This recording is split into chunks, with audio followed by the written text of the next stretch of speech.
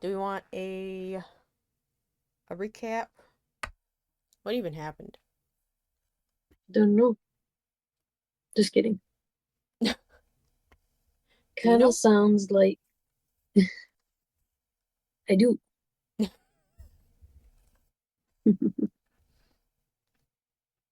Dorian's losing it. He might be losing. Oh, that's right. Basil came over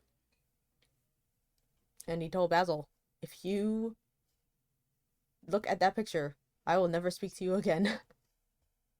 A little dramatic It was there. kind of, yeah, it's kind of dirty too. Like, Dorian pushed him to tell for Basil to share his secret.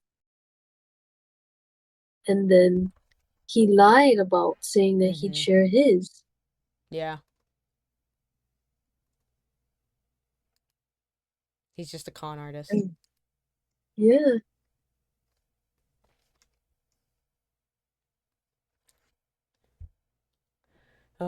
Dorian. Well, we shall see what happens this time. Okay. Are we ready? Yes. mhm. Okay, let me turn on my AC. It's kind of hot. Okay. It's kind of warm, you know? It is. It is. Okay. Chapter 10. When his servant entered, he looked at him steadfastly and wondered if he had thought of peering behind the screen. The man was quite impassive and waited for his orders. Dorian lit a cigarette and walked over to the glass and glanced into it. He could see the reflection of Victor's face perfectly. It was like a placid mask of servility. There was nothing to be afraid of there, yet he thought it best to be on his guard.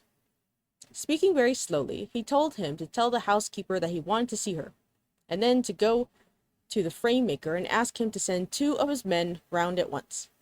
It seemed to him that as the man left the room, his eyes wandered in the direction of the screen. Or was that merely his own fancy? After a few moments, in her black silk dress, with old-fashioned thread mittens on her wrinkled hands, Mrs. Leaf bustled into the library. He asked her for the key of the schoolroom. The old schoolroom, Mr. Dorian. She exclaimed. Why is it full of dust? I must get it arranged and put straight before you go into it. It is not fit for you to see, sir. Not indeed. I don't want it put straight, Leaf. I only want the key. Well, sir, you'll be covered with cobwebs if you go into it. Why, it hasn't been open for nearly 5 years. Not since his lordship died. He winced at the mention of his grandfather. He had had hateful memories of him. That does not matter, he answered. I simply want to see the place. That is all. Give me the key. And here is the key, sir. Said the old lady, going over the contents of her bunch with tremendously uncertain hands.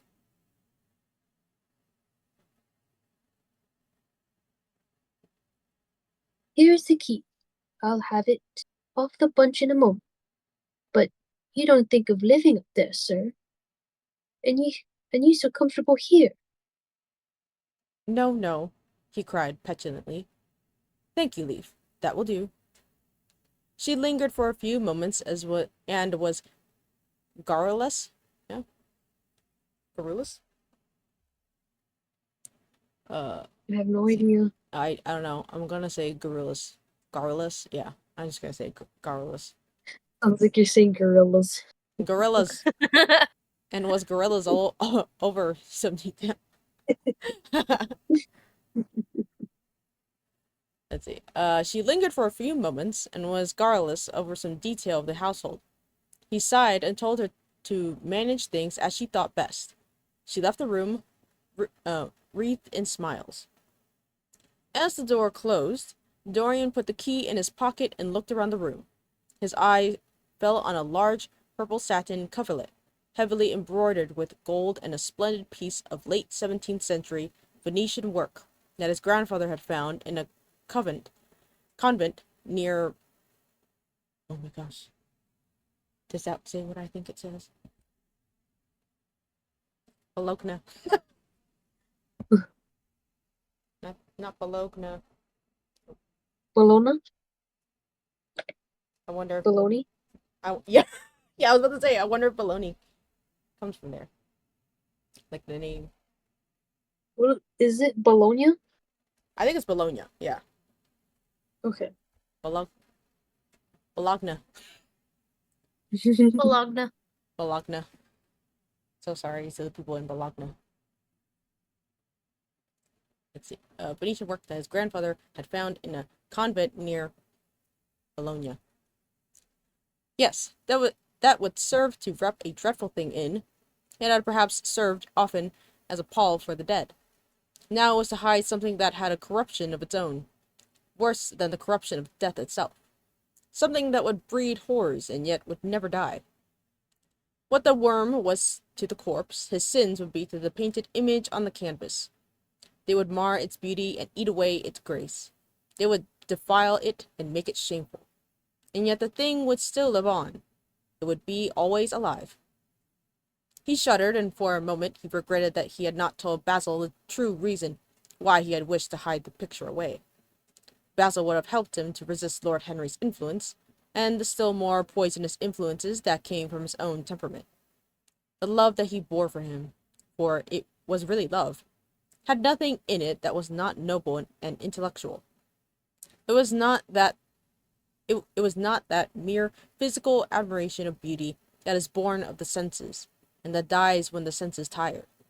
It was such love that, as Michelangelo had known, and what's that name? Montaigne?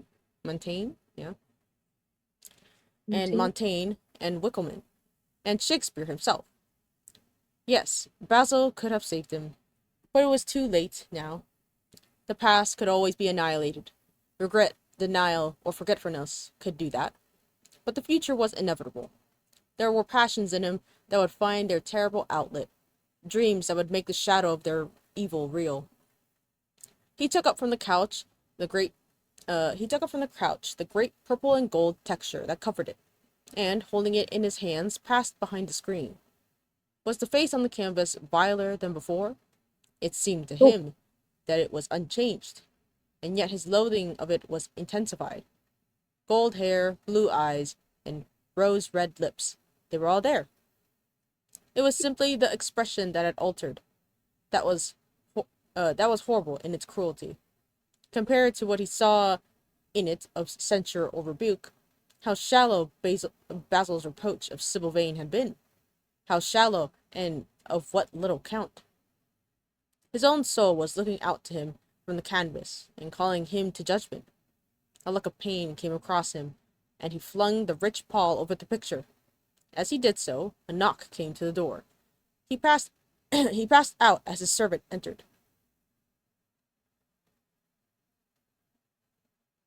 The persons are here, monsieur.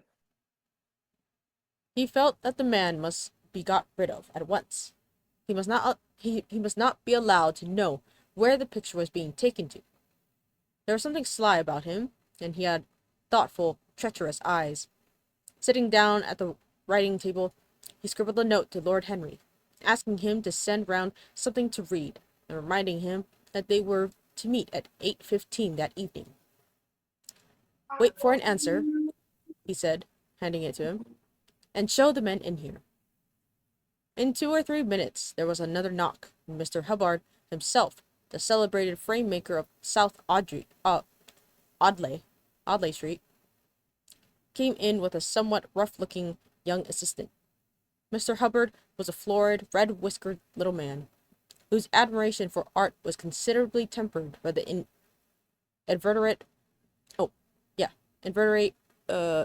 holy moly, impetuosity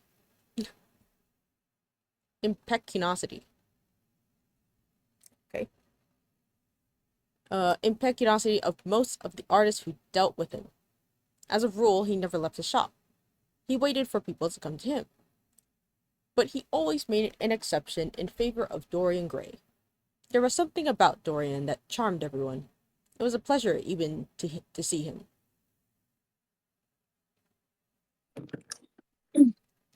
What should I do his voice? What can I do for you, Mr. Gray? Oh, that's a good one.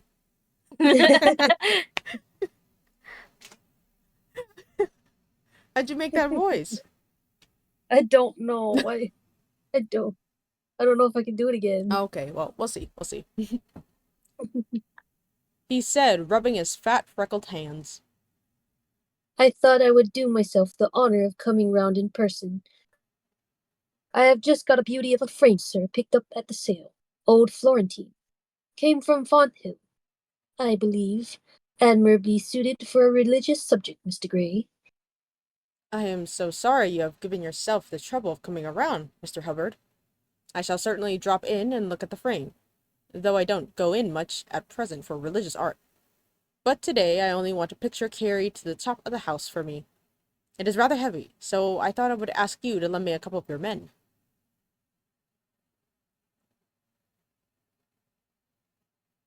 No trouble at all, Mr. Gray. I am delighted to be any service to you. Which is the work of art, sir? This, replied Dorian, moving the screen back. Can you move it, covering and all, just as it is? I don't want it to get scratched going upstairs.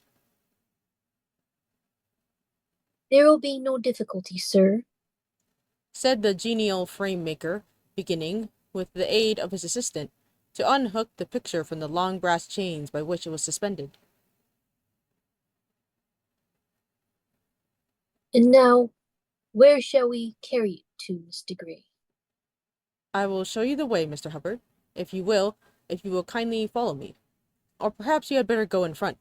I am afraid it is right at the top of the house. We will go up by the front staircase, as it is wider.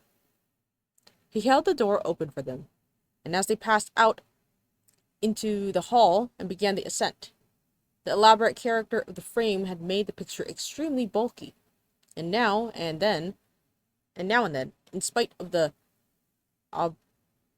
what the heck, obsequious, I think so. obsequious, yeah, of the obsequious protest of Mr. Hubbard, who had the true tradesman's spirit dislike of seeing a gentleman doing anything useful. Dorian put his hand to it so as to help them. Something of a load to carry, sir. Gasped the little man when they reached the top landing, and he wiped his shiny forehead.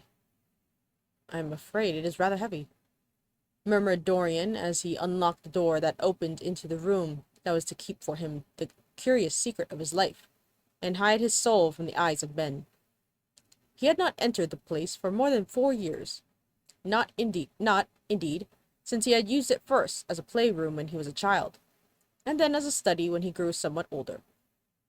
It was a large, well-proportioned room, which had been specially built by the last Kelso for the use of the little grandson, whom, for his strange likeness to his mother, had also, and also, for other reasons, he had always hated and desired to keep at distance. It appeared to Dorian to have but little changed. There was the huge Italian cassone, cassone, Cason? cassone, Oh, yeah, I think it's Italian. yeah, cassone. But it doesn't have the special E, so I don't know. I think it's cassone. Maybe. Yeah. Yeah. There's a huge Italian cassone with its fantastically painted panels and its tarnished gilt moldings, in which he had so often hidden himself as a boy. There, the satin wood bookcase filled with his dog-eared school books. He dog-eared his books? Sacrilegious. I can't believe it. I do too. Oh my gosh. That seems very like you, Kaylee. I don't know how to explain it. It seems very on brand for you. On the wall behind it was hanging the same ragged Flemish tapestry, where a faded king and queen were playing chess in a garden, while a company of hawkers rode by, carrying hooded birds on their gauntleted wrists. How well he remembered it all! Every moment of his lonely childhood came back to him as he looked around. He recalled the stainless purity of his boyish life, and it seemed horrible to him that it was here the fatal portrait was to be hidden away.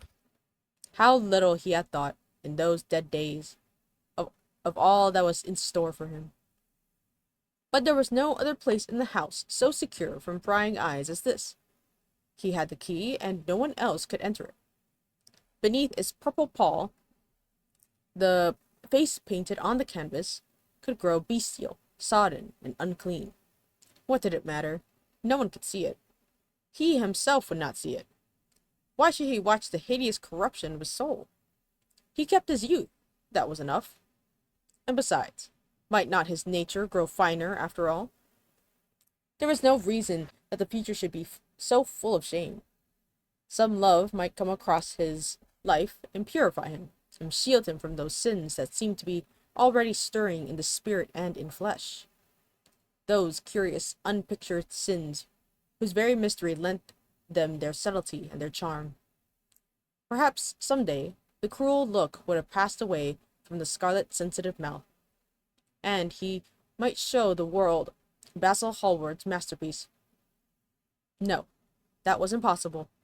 Hour by hour, and week by week, the thing upon the canvas was growing old. It might escape the hideousness of sin, but the hideousness of age was in store for it. The cheeks would become hollow or flaccid. Yellow crow's feet would creep round the fading eyes and make them horrible. The hair would lose its brightness. The mouth would gape or droop, would be foolish or gross, as the mouths of old men are. There would be the wrinkled throat, the cold blue veined hands, the twisted body that he remembered in the grandfather who had been so stern to him in his boyhood. The picture had to be concealed. There was no help for it. "Bring it in, Mr. Hubbard, please," he said wearily, turning round. "I'm sorry I kept you so long. I was thinking of something else." Always glad to have a rest, Mr. Gray. "Sound a little tired there, Mr. Hubbard," uh, answered the frame maker, who was still gasping for breath. Where shall we put it, sir? "Oh, anywhere. Here, this will do. I don't want to have it hung up. Just lean it against the wall. Thanks." Might one look at the work of art, sir? Dorian started. "It would not interest you, Mr. Hubbard," he said, keeping his eye on the man.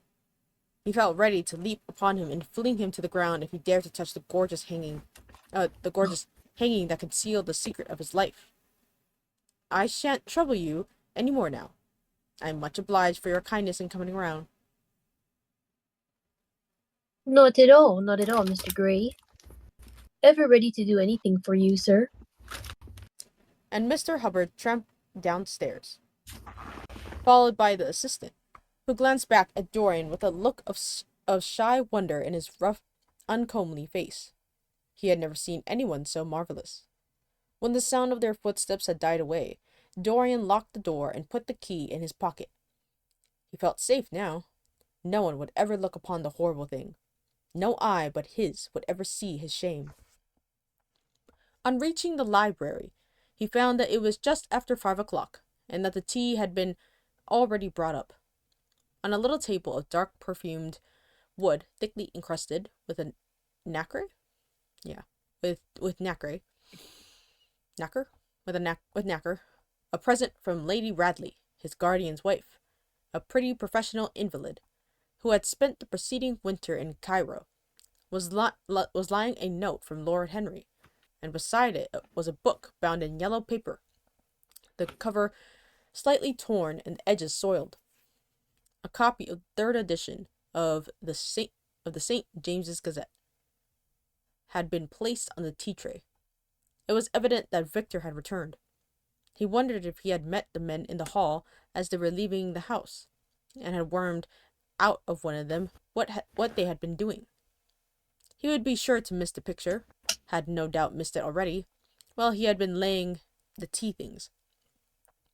The screen had not been set back, and a blank space was visible on the wall. Perhaps some night he might find him creeping upstairs trying to force the door of the room. It was a horrible thing. It was a horrible thing to have a spy in one's house. He had heard of rich men who had been blackmailed all their lives by some servant who had read a letter, or overheard a conversation, or picked up a card with an address, or found beneath a pillow a withered flower, or a shred of crumpled lace. He sighed, and having poured himself out some tea, opened Lord Henry's note. It was simply to say that he sent him round the evening paper, and a book that might interest him, and that he would be at the club at 8:15. He opened the St. James's languidly, and looked through it. A red pencil mark on the 5th page caught his eye. It drew attention to the following paragraph. Inquest on an actress. An inquest was held this morning at the Bell Tavern, Hoxton Road, by Mr. Danby, the district coroner, on the body of Sybil Vane, a young actress recently engaged to the Royal Theatre, Holborn. A verdict of death by misadventure was returned. Considerable sympathy was expressed for the mother of the deceased, who was greatly affected during the giving of her own evidence, and that of Dr. Birrell, who had made the post-mortem examination of the deceased. He frowned, and tearing the paper in two, went across the room and flung the pieces away. How ugly it all was, and how horribly real ugliness made things. He felt a little annoyed with Lord Henry for having sent him the report, and it was certainly stupid of him to have marked it with red pencil. Victor might have read it. The man knew more than enough English for that. Perhaps he read it and had begun to suspect something. And yet, what did it matter?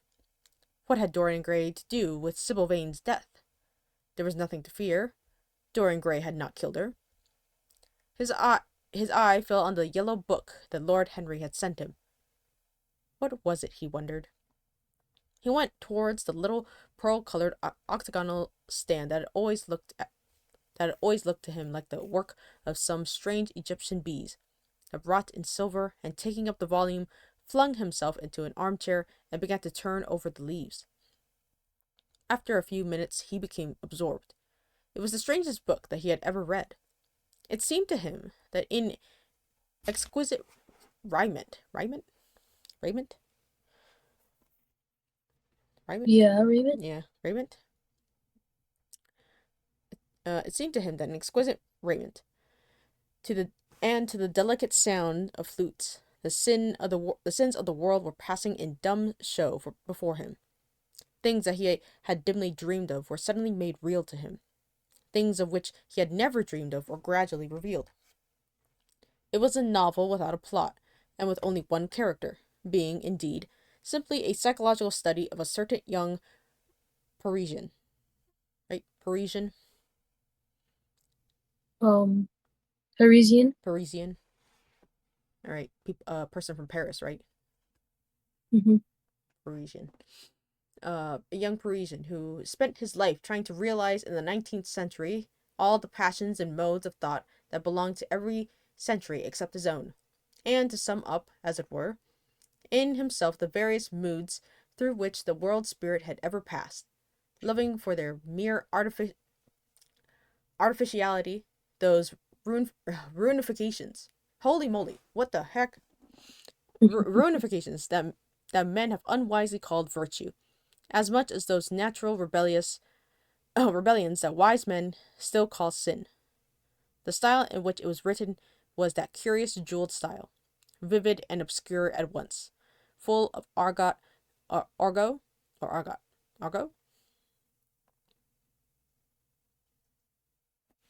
Which place is that? I have no idea what that word is. I'm gonna say argot because it's probably not English. Yeah, full of argot, and of anarchism, of technical expressions, and of elaborate paraphrases. That characterizes that characterizes the work of some of the finest artists of the French school of symbolitis. There were in it metaphors of as monstrous as orchids, and as subtle in color. The life of these senses was described in the terms of mystical philosophy. One hardly knew at times whether one was reading the spiritual ecstasies of some medieval saint, or the morbid confessions of a modern sinner. It was a poisonous book. The heavy odor of incense seemed to cling about its pages and to trouble the brain. The mere cadence of the sentences, the subtle monotony of their music, so full as it was of complex refrains and movement elaborately repeated, produced in the mind of the lad, as he passed from chapter to chapter, a form of reverie, a malady of dreaming that made him unconscious of the falling day and creeping shadows. Lord, that was a tough paragraph. Yeah. Cloudless and pierced by one solitary star, a copper-green sky gleamed through the windows. He read on by its wane light, till he could read no more. Then, after his valet had reminded him several times of the lateness of the hour, he got up, and going into the next room, placed the book on the little Florentine table that always stood at his bedside, and began to dress for dinner. It was almost 9 o'clock before he reached the club, where he found Lord Henry sitting alone in the morning room, looking very much bored. "I am so sorry, Harry," he cried, "but really, it is entirely your fault. That book you sent me was so fascinated me that I forgot how the time was going."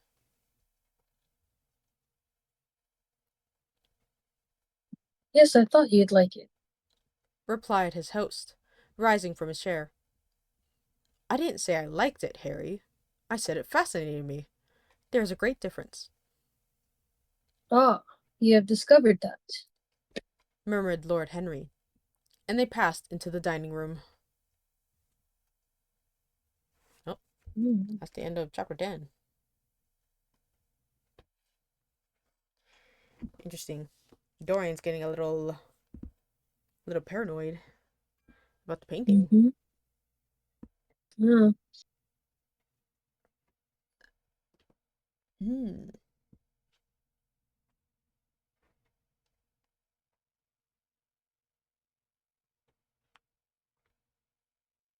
So the book that he got Mm-hmm.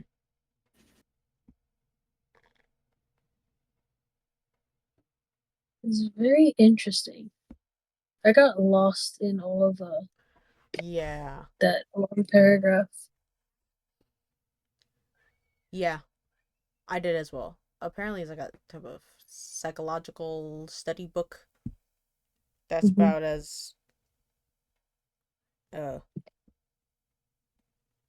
yeah, that's about as far as I got.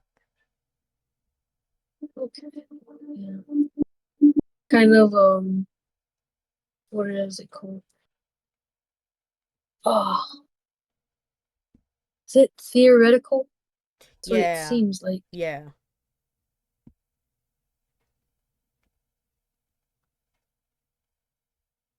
Philosophical. There you go. Yeah, yeah. I was trying to look for that word. I was like, there's a major for it. What is it?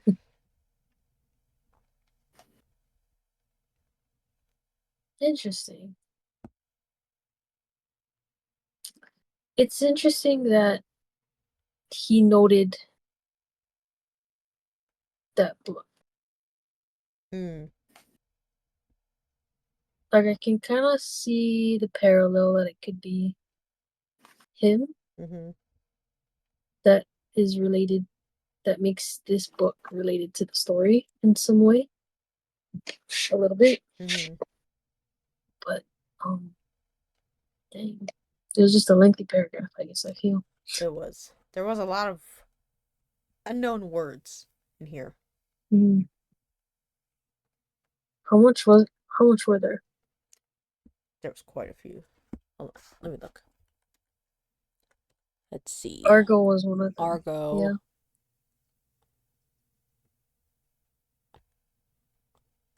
Runications. Re- renunciations. Holy moly. Renunciation.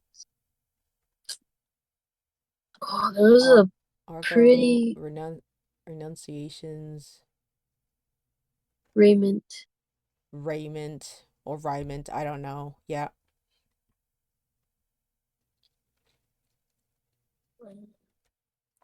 There was another one too that was like There was at least like two more.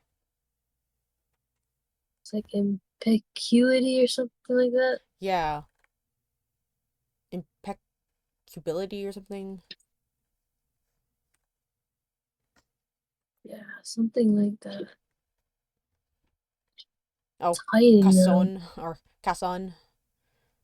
Hassan. Yeah.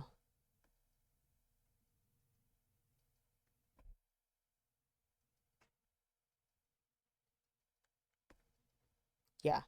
This is definitely. Oh, the obsequious. Obsequious.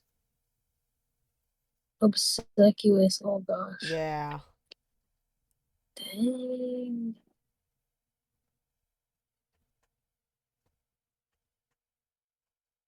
Raymond obsequious. There was quite a What is few. Virgo? Hmm? The impecuity or Oh, it's in the something next. is It's before obsequious. The start of the paragraph is in 2 or 3 minutes. There was another knock. There's two words. In inverterate, inveterate, inveterate better. impecunosity. What page is that? Let me look.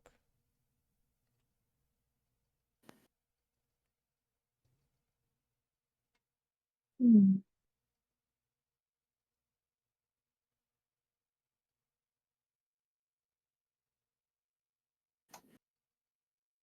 Oh, it's on.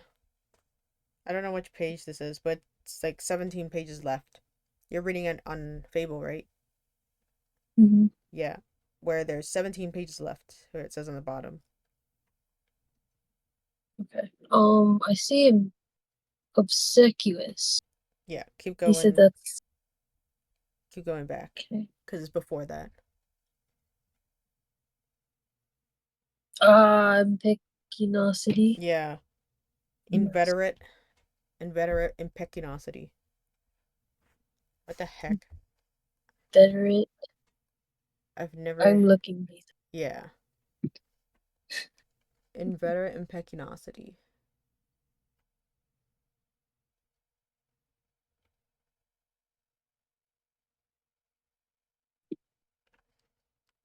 Having a particular habit, activity, or interest that is long established and unlikely to change.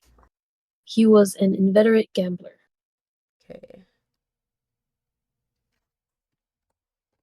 Impetuosity. Eh, The state of lacking sufficient money or material possessions. Oh, that sucks. How do you pronounce this thing?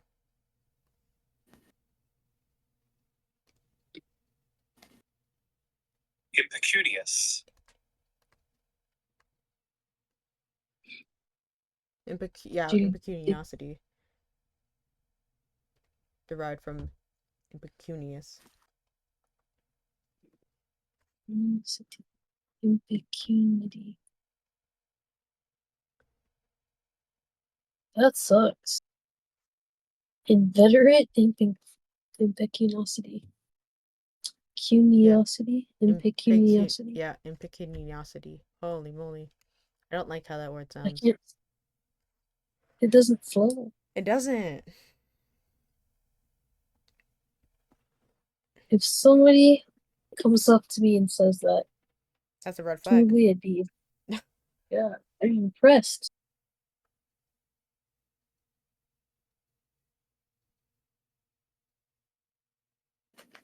Inveterate. I'll keep practicing it. Okay. It's gonna bother me. Yeah. Was that it? Was that I all the think so. I words? think that was it. There might have been one more before that, but I don't remember.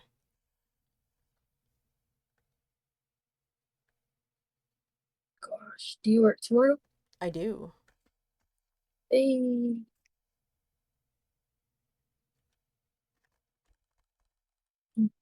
Okay.